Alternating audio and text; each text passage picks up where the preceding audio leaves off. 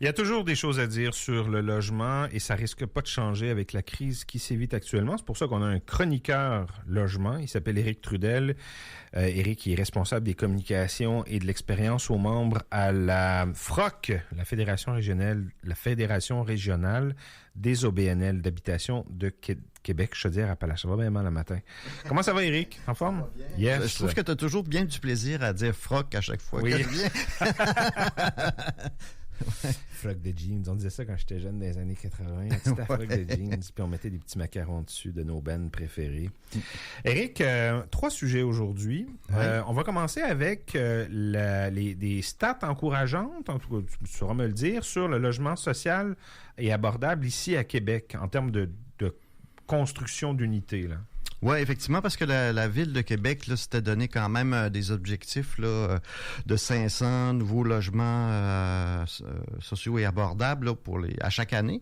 Alors, la bonne nouvelle, c'est que cette année, en 2024, il y en a déjà 600 de construits. Là. Alors, c'est une très bonne nouvelle.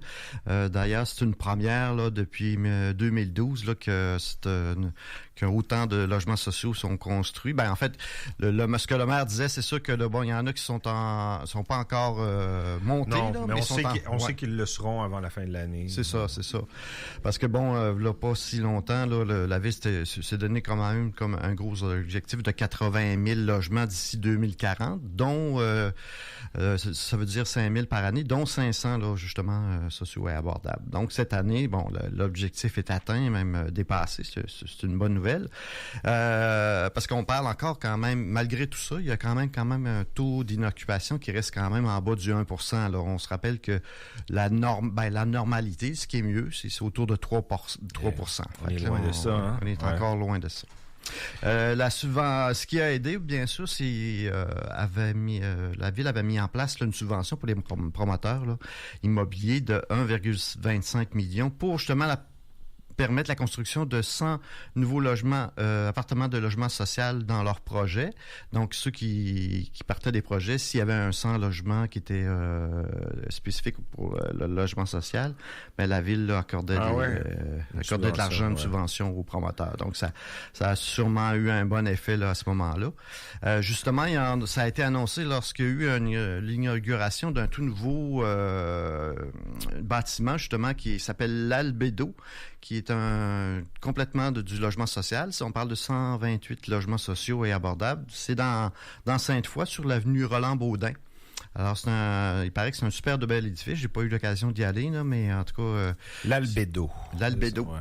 Et c'est spécifiquement réservé aux aînés en légère perte d'autonomie, puis des personnes qui vivent avec des déficiences intellectuelles.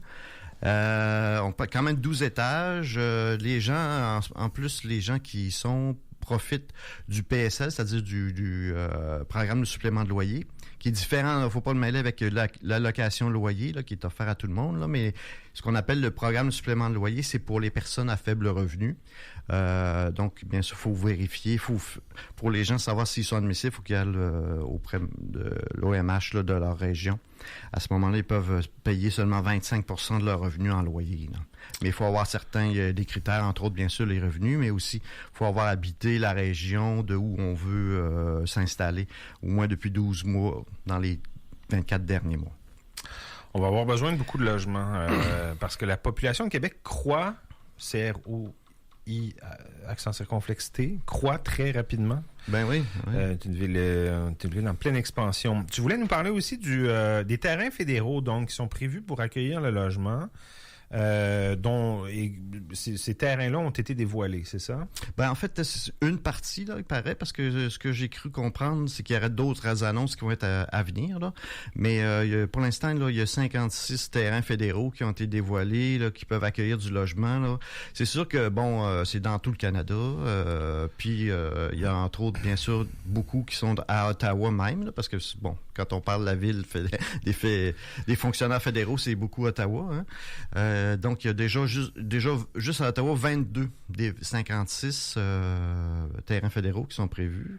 Ça, c'est des terrains qui appartiennent au gouvernement fédéral, dont le gouvernement fédéral a plus besoin, parce qu'anciennement, il pouvait y avoir eu un bureau de poste ou un édifice C'est ça, de effectivement, bureau ouais. administratif ou des fois une base militaire dans certains cas. Effectivement. Il n'y a plus de ces installations-là. Les terrains sont toujours dans le giron, en la possession du gouvernement fédéral. Et là, le gouvernement fédéral, si je comprends bien, propose des baux BAUX à long terme à des développeurs qui seraient prêts à construire du logement sur ces terrains-là. C'est ça, effectivement.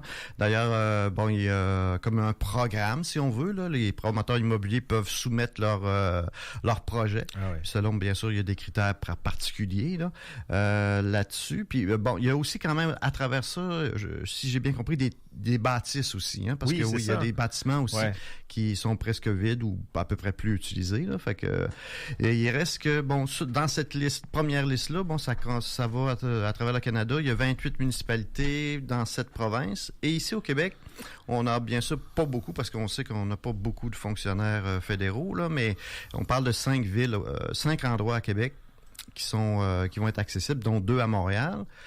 5 endroits au Québec, j'espère que j'ai pas. Oui, tu avais dit à Québec. Non, c'est au Québec, ouais. C'est au Québec. Au Québec. Donc, il n'y en a pas, par exemple, il n'y en a pas à Québec. Il n'y en a pas à Québec même. Il y en a un au lac Mégantic, un à Rimouski, un à Sept-Îles et 2, comme je disais, à Montréal. Donc, pour l'instant, c'est les premières annonces qui ont été faites.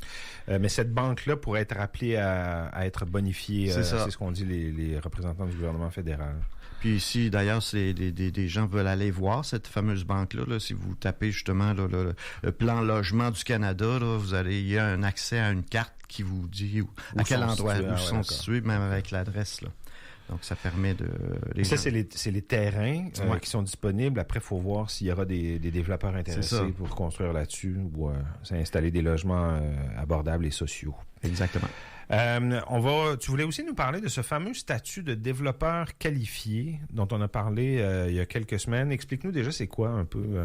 En fait, c'est la ministre Duranceau qui a annoncé là, qu'ils ont créé un statut de développeur qualifié qui bien sûr va être nommé là, par la Société d'habitation du Québec selon certains critères là, qui vont donner ça à des entreprises là, bien sûr selon une grille d'évaluation là, s'ils répondent à tout ça.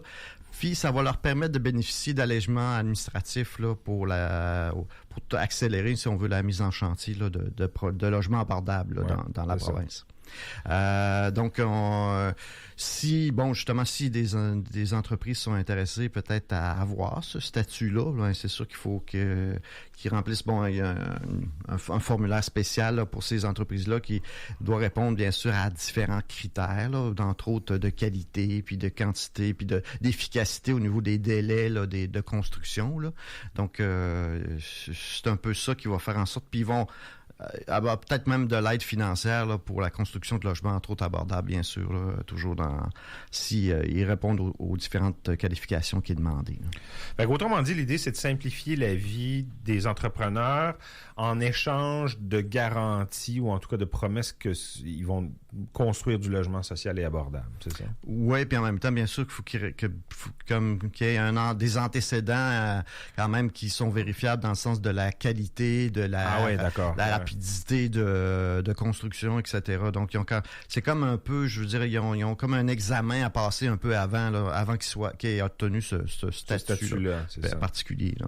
Parfait. Mais bon, en tout cas, c'est ça, c'est différentes mesures, ce qu'on vient de parler, qui, en principe, devraient faciliter et augmenter la construction de logements. Mais comme on disait tout à l'heure, c'est quand même encore... Le taux d'inoccupation est quand même encore en bas de 1%. Là.